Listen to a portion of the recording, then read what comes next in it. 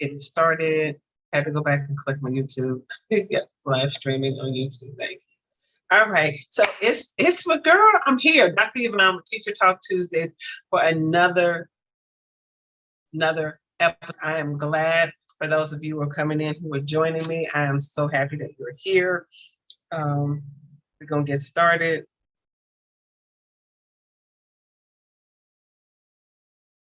Get some people in here. All right. So today I want to talk about violence in our schools.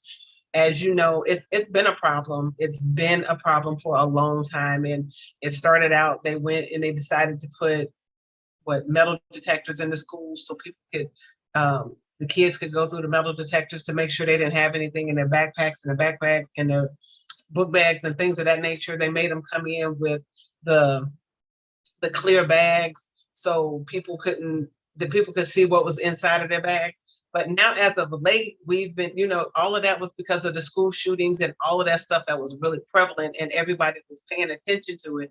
But now what's going on, because we had the pandemic and now people are not so much looking into what's happening with our students as far as violence in the schools. We had a student who went in and shot a student in a classroom. How to get the gun in the school? How did he get a gun in the school? What is happening with our security? I go to certain school districts in certain areas, certain places, and they have an officer there, a police officer on duty, but it's not in all schools. So we don't have coverage in all of the areas that we should have coverage. We have certain areas. I'm just keeping it real. Okay.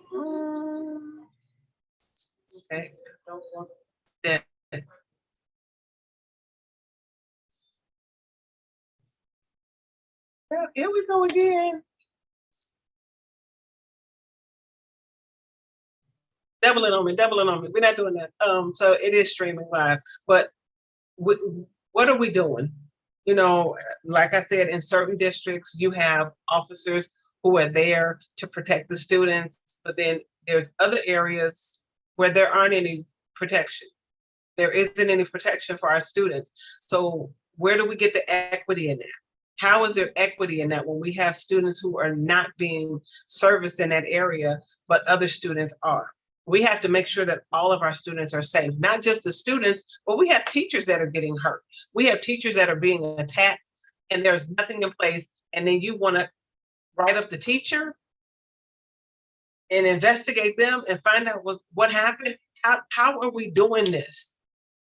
Y'all making it harder and harder for teachers to want to even stay in the classroom because their safety is in jeopardy. The students' safety is in jeopardy, but no one wants to deal with it. No one wants to address it. No one wants to talk about it.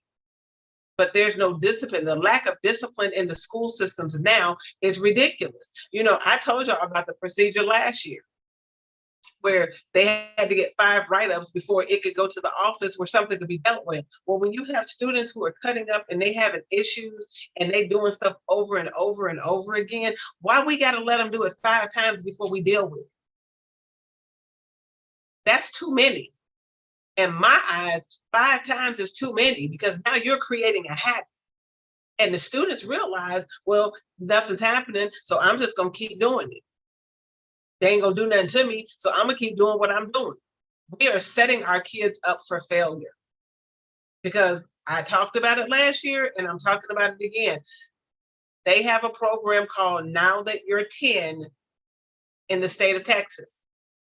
Now That You're 10.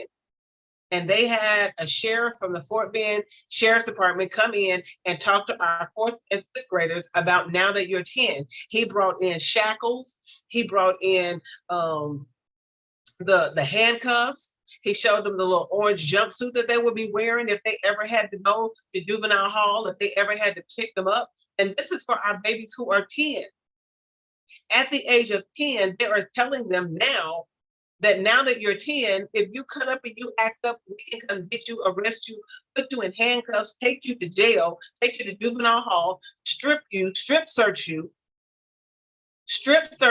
take all your clothes off of you, strip you, search you, give you a little orange jumpsuit, and put you in a cell. And they said there's nothing the parents can do about it. There's nothing the parents can do about it until visiting hours. And they can't come unless it's visiting hours. And then they can't get the kids out until they go before the judge, and the judge decides how long they have to stay there before they release them. Are you kidding me? What methods are we going to put in place to keep our kids from being taken to jail at age 10? But yet we have parents who want to fuss and fight with us when we call them and tell them about their behavior. You get upset with the teacher when we call you about your child's behavior, about them being disruptive in the classroom. But that's the number one, that was the officer said, the number one reason for them to remove you from the classroom or from the school setting, the school building, is from being a disruption to the educational process. If you are disrupting the educational process, they said they can come in and take you. Without question. Parents can't say anything, parents can't do anything. They can come and get you. When are we going to stop blaming everybody else about our kids' behavior and our kids' process and what they're doing, and taking accountability and taking ownership for what the kids are doing? We allowing kids to do so many things and we think it's funny. We laughing at their little behavior because it's cute. No, it's not cute. I'm telling you, there's a kid, a student that we have, that when I tell you it's drama every day, it's a mess every day. Honey, stop. Stop. Think about what you're doing. Think about what's happening with you. Everything is not about you. You don't have to get in everybody's business. You don't have to say something to everybody just because you feel like you can say something. There's always something going on. Teach your kids how to mind their own business, how to keep their hands to themselves, and how to do what they need to do and what they're supposed to do while they're in school. We got to worry about attitudes. We got to worry about people fighting. We got to worry about, oh, they don't like me. Okay, we at this stage now where kids are dealing with those issues that somebody don't like them. Parents, we need to start talking to our kids early and letting them know that everyone is not going to like you. I don't care how nice you are. I don't care how sweet you think you are. Everyone is not going to like you, and it's okay. And you have to be okay with everyone not liking you. Because when you start trying to force people to like you and to be your friend and they don't want to be, it's going to cause drama and mess and chaos. And it's going to be arguments all the time and people wanting to fight. Well, she always in my face. He always, I don't want to be bothered with him. He keep following me. Teach your kids how to leave people alone if they don't want to be bothered. If they don't want to talk to you, leave them alone. We have issues over things that are unnecessary, things that students shouldn't even have to be worried about. You're not in here to socialize. You're in here to get an education. We're still trying to get kids caught up from last year because, over the summer, kids lose 3 months of what they learned the previous year. So now we playing catch up, trying to get them back on point so we can get through what we need to get through for this year. I've had one child that's been in an intervention or a remediation, has gone to the assistant principal 3 times already. 3 times in the school year. And we haven't been in but 3-4 weeks. And you've already been into 2 remediations and one with the assistant principal and 2 with the counselor. Something is wrong with that picture. There's other things we need to fix with our kids with their social behavior. They lost a lot of understanding what social behavior looks like during the pandemic, but no one ever did anything with them. They sat at home and did what? Played video games. Some of them may have gotten online and done some work, but for the most part, they were set to the side by themselves to do whatever they wanted to do. And no, as long as you're not messing with me, as long as you're not bothering me, I'm gonna leave you alone. That's what's wrong with our kids now. They have that same mentality. They come into the classroom and they figure they can do whatever they want to do as long as they're not bothering anybody. Well, what you was doing at home that didn't bother anybody that wasn't paying attention to you or watching you is a problem in the classroom. Kids, you know, the noise is making sounds and banging and bouncing and doing all of that stuff. That is not appropriate for the classroom. And then when someone says something to your child, you want to get offended and you want to get upset. But the number one reason that they can come into the school building and take your child out and take them to juvenile hall is for disrupting the educational process. So we need to stop hollering at the teachers, stop thinking the teachers are to blame for everything, and start looking at the discipline structure in the school. It's not just the classroom, it's the discipline structure for the whole school. It may be the discipline structure for the whole district. I don't know. But I've been in buildings where the discipline worked a whole lot different than the way it does now. Every building, they say every building is different. It depends on the principal. Okay, we have to stop coddling kids. At some point in time, kids have to be held accountable for their actions. And Fort Bend is letting you know, Fort Bend County Sheriff's Department is letting you know, now that you're 10, you will be held accountable for your actions. So we need to stop thinking that our babies are just sweet, innocent, and they nothing gonna happen and they're not doing any wrong. And that everybody's picking on them. I have better things to do with my time than to pick on your child, than to pick on a 9-year-old, for real, or 10. I got some that's 11. But we have to be able to teach our kids how to have proper social etiquette, how to be able to get along in public spaces with other people who may not be like their family, who may not want to do the stuff that they're doing, who may not find the stuff that they're doing appealing or funny, but annoying and irritating. I know y'all don't want to hear that. I know. Y'all saying, "Ooh, she's just being raw. Ooh, she mean. Why if she feel that way, why she teaching?"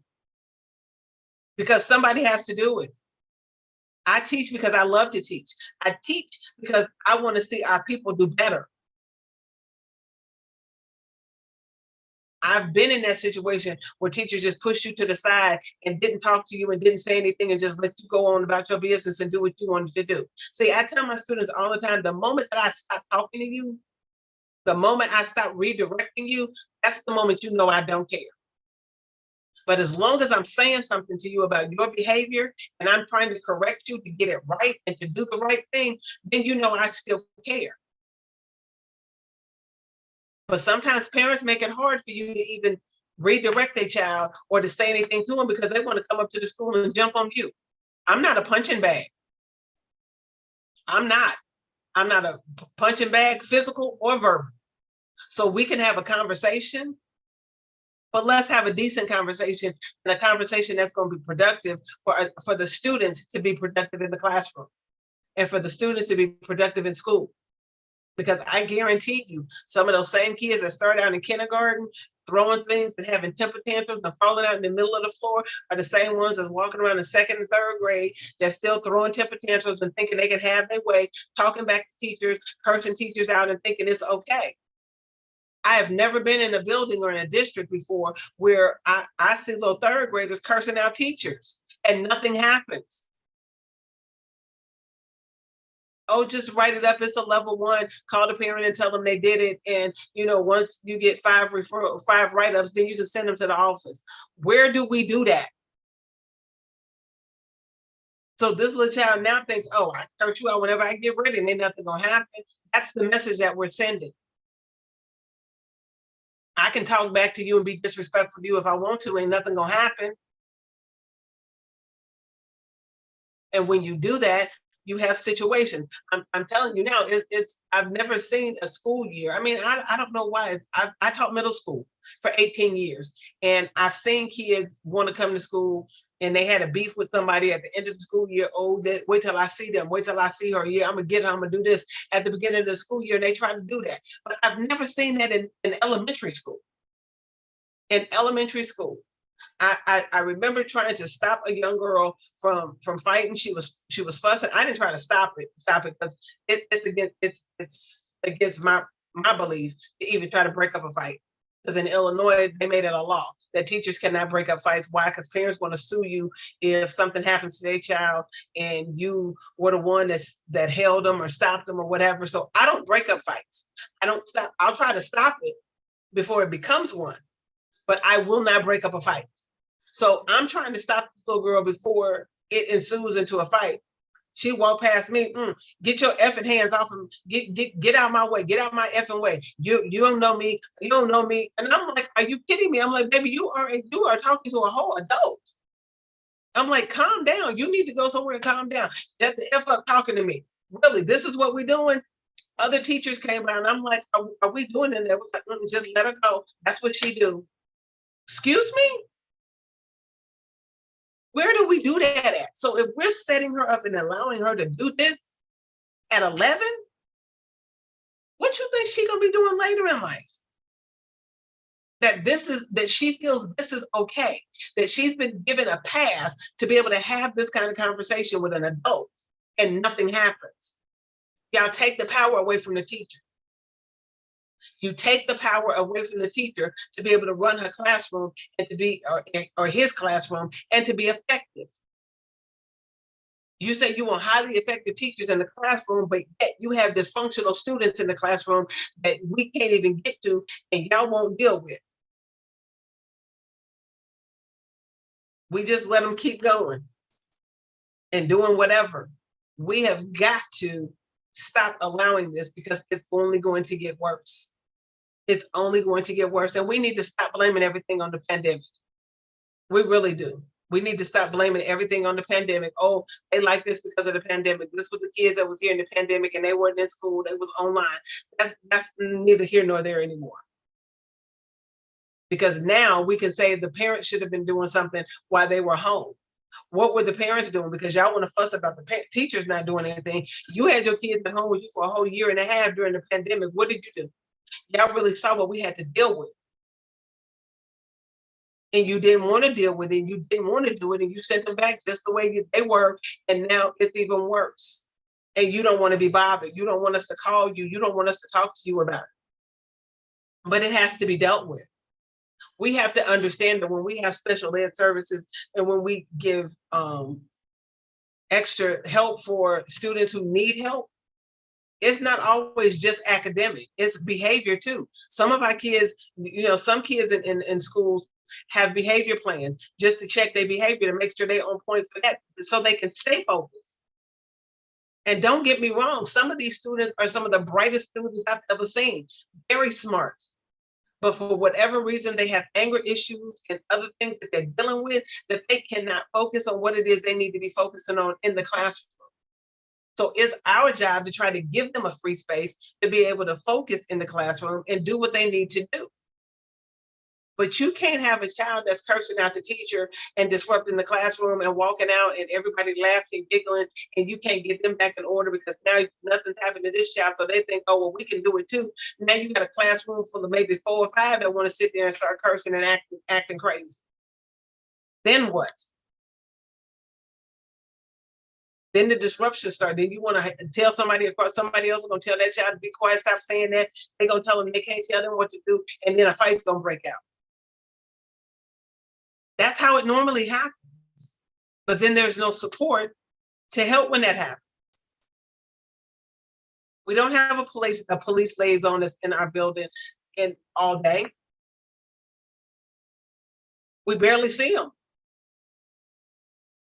So when we talk about safety issues, what are we putting in place for our students, for those who are trying to walk away, who are trying to stay out of trouble? But like they say, birds of a feather flock together, trouble will find you wherever you go. We have kids that come in new that don't know anything, don't know what to do or where to go, and they flock to the one that's going to do the most. The ones that's getting in trouble. I had to get on somebody today. I'm like, excuse me. I asked you all to help her, not show her the bad stuff. I said, show her what our protocol and procedures are. I had a student that was supposed to be helping her. She's sitting in there on her watch phone, showing her games on the phone. I'm like, baby, is that what we do in class?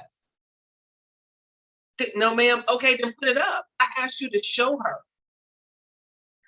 proper procedures, not get her in trouble on her first day. because we follow suit. We have a lot of folks as followers. We need leaders. We need to be able to build up leaders where they can lead and lead in the right way, because we have a lot of followers that are following some of the wrong stuff. So we got to make sure we put things in place that's going to allow them to be on the right track. They got to get on the right track. So if they're not, they're gonna go astray. They're gonna fall by the wayside. We don't want that, do we? Oh, sure don't. I know I don't. All right. Trying to see what's going on here. I hope this is still streaming. I hope it is. It should be. I just minimized it because it was talking back to me.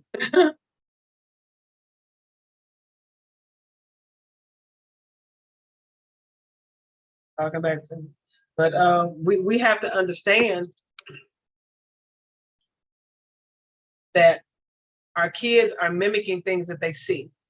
And if we don't nip it in the bud and we don't fix it, it's going to continue to get worse. We have students who are fighting teachers and things of that nature. That's not cool.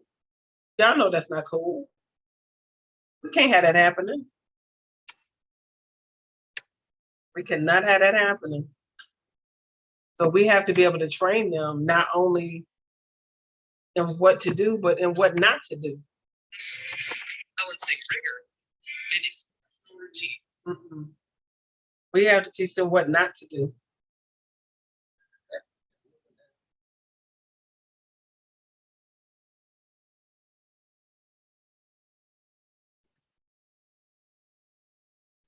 All right, so I wish I had somebody on here to talk to, but that's okay, because we have a lot of things going on in the school, and I'm going to get some more interviews in here to share those with you. The last one, for whatever reason, I couldn't upload it, so I did the voice part on my Buzzsprout, so you can hear the interview. It was awesome, but we're going to get that worked out and try to get that uploaded into YouTube, into my channel, so you all can see that interview on bridging the gap. And getting kids prepared and ready and being college ready. And that's something that we're not doing. If we're not preparing them how to be disciplined in the classroom, we're not preparing them to be college ready.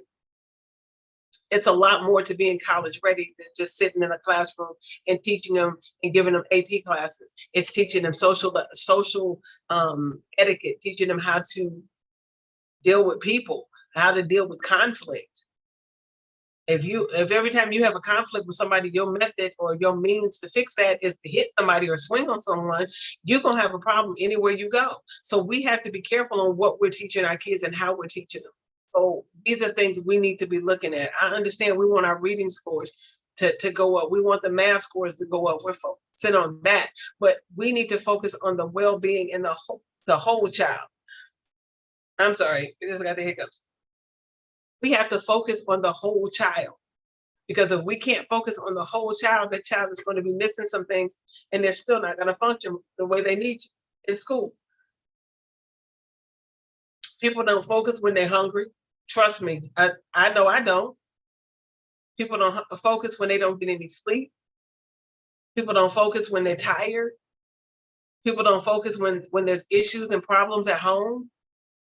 If they know that their parents are going through stuff, kids don't function when they know they especially the mother. If their mother is going through something and they don't feel good, that affects the kids. And you see it in their behavior. Anytime there's a change in the house, anytime there's a change in the household, the students are going to feel that and they act that out. We don't think it, but they do. And you wonder, well, how they know? Because I didn't say nothing to them. They feel it. They know when something is different. They know when something is off. And they come in off and they come in feeling weird and crazy and don't know what's going on. They don't understand why they're feeling that way. So we have to be advocates for that as well. So parents, yes, even though we are teachers, we are teaching a lot more than just the curriculum. We are teaching kids how to survive sometimes. We're teaching kids how to be able to make it, even once they get back home. how to handle situations. We have kids that confide in us, and we have to be there. At least I do. I can't just leave a child out there hanging and wanting for something, and I know I can help them and don't do it. That's just not me. That's just not who I am. I cannot do that. But we have to figure out a way to deal with the discipline in the school, to keep the behaviors down, to keep kids from getting hurt. We have all of these drills and all of these lockdowns about intruders and things. Well, what do you do when the intruder is sitting next to you in class? They have book bags in class. What do you do when your classmate gets mad at you and doesn't understand and doesn't know how to express themselves, and they go to their cubby and go to their book bag and pull out a gun and start shooting? Who's prepared for that? They haven't prepared us for that. I've been teaching for over 20 years. No one has ever prepared me for a child coming into my classroom with a gun. We had it happen last year. The little boy took the gun to school and shot the teacher and some other people. We just had one happen last week. A child went into a school with a gun and shot another student. We weren't prepared for that. When are y'all gonna give us some PDs on that? How to deal with a incident when it's in your classroom? How to diffuse that? See, because I don't let kids go to their book bag in my classroom. You get out everything you need for the day, and that book bag stays in your cubby all day until it's time for you to go home. They should not have access to that stuff freely whenever they get ready. Parents, check your children's book bags, see what they got in there. One thing you need to do is make sure they got the homework in there. I know I didn't have kids, I did grades, and kids not having their work not turned in. Oh, I left it at home. Oh, I took it home. Well, parents, check your kids' book bag to see if they got their homework. They have a folder that they have to bring home with their homework in it. Check it. Make sure it's in there. Sorry, y'all, Kitty here, of course. Y'all know she always here. Check the book bags to make sure they have the essentials that they need and not something that's going to be detrimental to someone else or themselves. These kids don't know what they're doing. We have to still monitor them. We have to still monitor them and make sure that they're going to be safe. Ask them about their day. Ask them what happened. Ask them, how did things go? Did you have a beef with anybody today? Did it get resolved? Ask some of the pertinent questions. Yes, you want to know what they learned and what they did, but half time the kids not gonna come home and tell you what they learned. What you learned? Oh, nothing. What you do in math? Math. We did some problems. Okay, what does that mean? Learn how to have conversations with your kids and pull stuff out of them. We can't just sit back and just think. I'm speaking from experience. We can't just sit back and be like, oh, okay, well, your day was okay, and leave it at that. I know from experience you can't do that. My son just turned 22, and I'm learning how to be a parent to an adult. Because there were things that were missing when he came from school, and and I asked him about his day. Really, the conversation didn't go anywhere. I thought it was okay. I thought, well, if he don't want to talk, he don't want to talk. No, not now. I wish I had made him talk. We might be in a better space right now. We're getting better, but don't let it get to that point where you and your kids can't have a conversation because you just let it go and think, okay, your child been in school for 7.5 hours. You don't think anything happened that they might want to talk about? We need to do a little bit more prying. Sometimes we want to say, oh, well, they deserve their privacy. I got to say, you ain't got no privacy in my house. You're not paying any bills. You don't have any privacy. I can ask you what I want. I can go in your book bag when I get ready. I'm going to look and see what's going on with you. You get them phones. They have those phones, and half of y'all don't even know how to get in them because they got a code on them. You ain't got no code on your phone if you in my house in 5th grade. Put a code on the phone if you want to. You're not paying the bill. What you need a code for? What's going on your phone that you think you got to lock up that can't nobody see?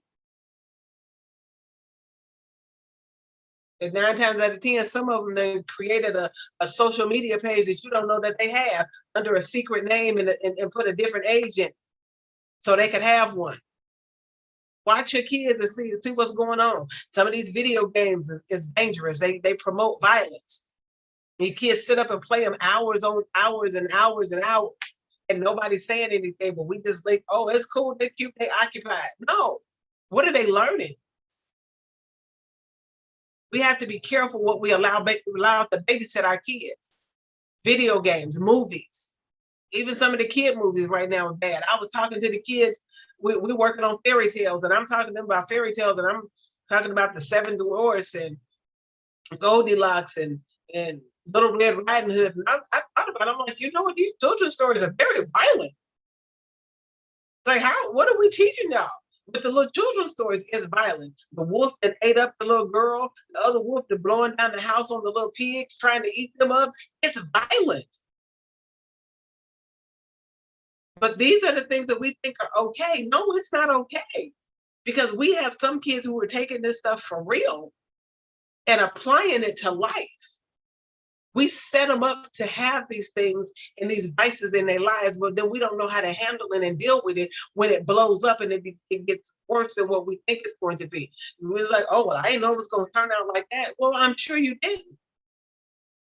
But that's why we have to be careful and we have to be mindful what we allow our children to do, what we allow them to see. I'm looking at some of these kids and the conversations they have, and I'm like, baby, where do you get that conversation from? Little girls walking around, every time I turn around, they're shaking their little butts and twerking. No, stop gyrating and twerking your little self in the classroom. And I know, I get it. These little girls are these little cheerleaders. You know, all of these, you know, they watching the dancing dolls and all of them and doing all of this stuff. But at some point, some things are just not for kids. Some things are just not for kids, especially when they bring it stuff. I mean, they're not using it in the form in which it was meant to be, which is for the cheerleading, which is for the competition, which is for, you know, to win. I get that. But when you come into school and you just getting around and you just doing all of that just to get attention, that's a problem. So we have to be careful on what we're exposing our kids to and how they're using it. It's okay to be cheerleaders. It's okay to want to aspire to doing that. There's nothing wrong with it. But there's a time and a place for everything. My classroom is not the place for you to be twerking. It's not. If you want to do it on the playground and y'all dancing and y'all doing y'all little routines, that's fine, but not in the classroom. It has to be appropriate. Be careful with what we're doing with our kids. Make sure they understand what's going on and what they're doing and what they're getting involved in. We have to. We have to. All right, y'all. That's my spiel for today is dealing with violence in the schools. We have to combat that just a little bit more. We have to make sure that we're paying attention to our kids and knowing what they're doing and knowing what's going on around them. Check their book bags. Check their book bags. Make sure that they don't have anything in. Because I know I always remember, you know, talking to some kids and everything that came out their mouth was violent. You know, somebody do something to me, I'm gonna punch them in the neck. If somebody do something to me, I'm just gonna go home and get this and bring it back and do this. No. Those are learned behaviors. We have to help them unlearn those type of behaviors, especially in the school system. Because they're gonna find themselves in juvenile hall for a long time. Even until they, you know, it could be up until they turn of age and then they put them in a regular jail cell. So let's be careful with what we allow our kids to do and how they're doing it. All right, y'all, let's come together and let's do this thing together. All right, it's girl, Dr. Yvonne, the teacher that talks. Thank you for listening. Thank you for joining in. And I look forward to talking with you next week. All right, be blessed.